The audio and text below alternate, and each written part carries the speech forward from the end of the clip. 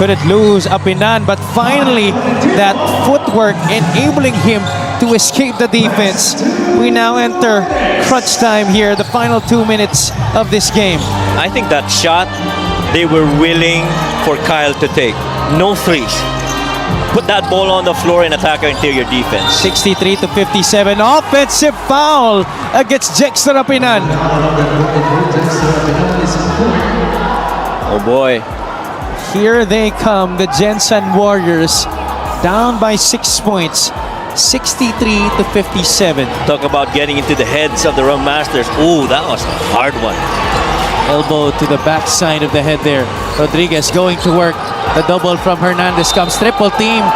Ooh. And Larry Rodriguez, the veteran smarts of the former MPBL champion, playing in his former home floor. Pero bago yan, tingnan muna natin itong play of the game, brought to you by 1xBet, the title sponsor of the MPBL. 1xBet, your choice, your victory. Feel more game with 1xBet. Larry Rodriguez hitting that clutch free throw.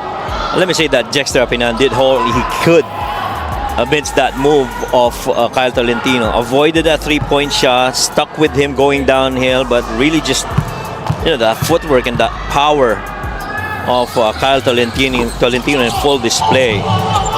14 out of 29 after Rodriguez goes 2 for 2. That's a far cry from 10 out of 15 against Zamboanga. Rodriguez has 11, 7, and 2 in this game. 2-possession ball game, 63 to 59. Importante, trying to test the defense of Larry. Rodriguez able to force a miss. Cruz pushes it up their front court. The Ant-Man gives it up to their go-to guy, Kyle Tolentino, against Don Ochea, the reigning defensive player of the year. Cruz gets the step on Jexter Apinan. Off the glass, napalakas. Last touch, Batangas. GENSAN will keep it.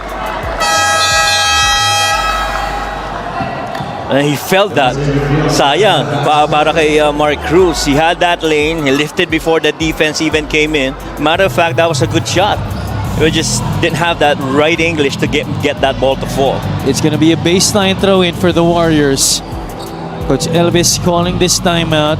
63 to 59. Because we are under the final 2 minutes, our referees get to review all out-of-bounds plays. Yes, it is off-king importante. Therefore, GENSAN will keep possession. That definitely, and it was clearly off-king importante. So there was no timeout called. It was just because of the review that both coaches were able to huddle up their team. So let's see what Coach Elvis was able to draw up in that opportunity. Acuna triggers in. Cruz has it.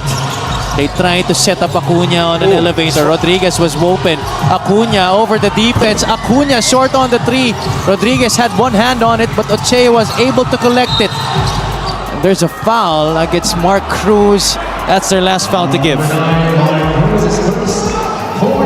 If you're gonna take a shot and you're gonna miss it, and you're the GENSAN Warriors, there is high probability that that rebound is definitely gonna go to Batangas. Don Ochea, Levi Hernandez, King Importante, Jexter Apinan. Probably 4 of the best rebounding pieces of Coach Cholo Villanueva here for the Rum Masters. Tactical substitutions on the defensive end for Coach Elvis. Eloy Tan back in the game along with Joel Liu, CJ Gonzalez, and Felix Aprecu. They will apply pressure here on Ochea, being defended by CJ. Ochea successfully brings it across. Panyamogan breaks free from Eloy Tan. Mismatch underneath with King and Joel. They don't want to commit a foul here. They're already in the penalty. Yeah. I was just saying it. Aprecu will send Philip Panyamogan to the free throw line. Because they were anticipating actually that coming out of a two-man action, they always blitz the guy on the ball.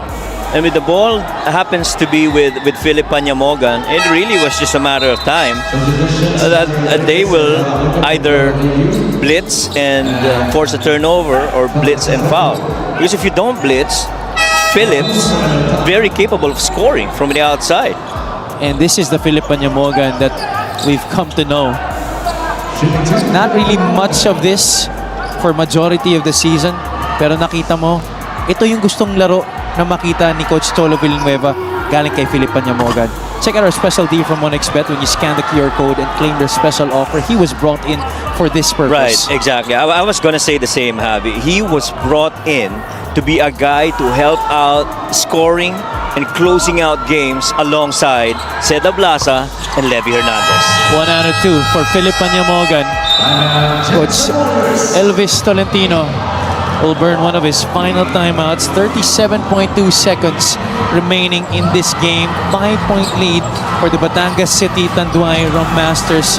Both teams in the penalty. I will not be surprised if they go for a 2-4-1.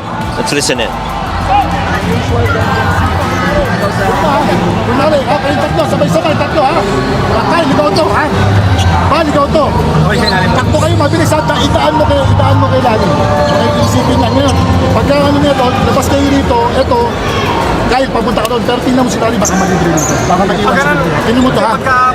Pag dito yan, mag-plus kayo na kami. Ligaw, pa-corner. Kaya pa, You just heard the huddle of Coach Elvis Tolentino and the GENSAN Warriors. It looks like Well, Cruz could not decide on whether he would take the shot or leave it back for Kyle Tolentino. Eventually giving it back to Kyle, but there was a lot of clock drained from that singular sequence. yeah, and Coach Cholo understood positions of play. That most probably it was going to be Kyle Tolentino, especially when he saw him make that long run from the weak side of the floor to the ball to the strong side of that inner thirds, and they really just clamped on him and allow Gonzalez or Evangelista rather to be the one to receive the Gonzalez to be the one to receive the ball. He's not a threat from the outside, and so the next thing he will do is find a guard that would create. About 13 seconds were chipped off of that possession by GENSAN. They will apply pressure here. They're down by 5. When will they foul? Apinan almost loses it. Elorde, they're whistled. Coach Cholo Villanueva was waiting for that whistle to be blown. That was definitely a late call. And Elorde could not believe it. I felt you knew it was late because it happened right in front of him, of the official. And so, in as much as they were waiting for that whistle, I think the other guys as well and on that bench were waiting for a foul to be called. Now, clearly, GENSAN was trying to go for the steal first. Take a look at what happened here. Importante gets it to Jexter Apinan. Ang dami ng contact before that. Yeah, precisely. That first one was already, could have been a foul already called. This is Jexter Apinan's first trip to the free throw line tonight. And he knocks down the first free throw. 65 to 59. 14.3 seconds remaining. Apinan goes 1 for 2. Importante gets the offensive rebound. And this is a part of the game where Batangas has come alive, but they turn it over. Liu goes quickly, and he will be fouled, but 5.8 seconds on the clock. This might not be enough time for a comeback for GENSAN. But just basketball smarts right there by Joel Liu, understanding time and situation.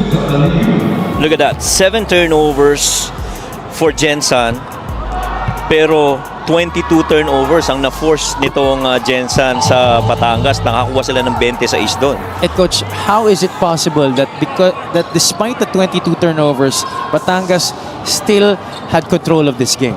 Well, because GENSAN missed 15 free throws. And that's really where it is. It's glaring right there. Another missed free throw. Leo, I think, intended for that miss, although he misses on the second serving, and that is going to do it. Batangas winning a huge game against the GENSAN Warriors, their rivals in the South. A highly defensive game, if you ask me. Tactical at the latter part of the game, where everybody, both Coach Cholo and the Coach Elvis, were trying to figure out how to outsmart the other team. And what happens to this win by Batangas in the event that they do get to tie at a certain number of wins for spot number 2 or anywhere in the top 4, it's Batangas that's going to take the higher seed than that of GENSAN. Well, with this win, they now tie Zamboanga at 17-8. But meanwhile, kilalanin muna natin ang ating best player of the game, brought to you by 1xBet, the title sponsor of the MPBL. 1xBet, your choice, your victory. Feel more game with 1xBet. Despite the 22 turnovers, coach, this guy helped keep Batangas afloat the entire game. You know what? It could have been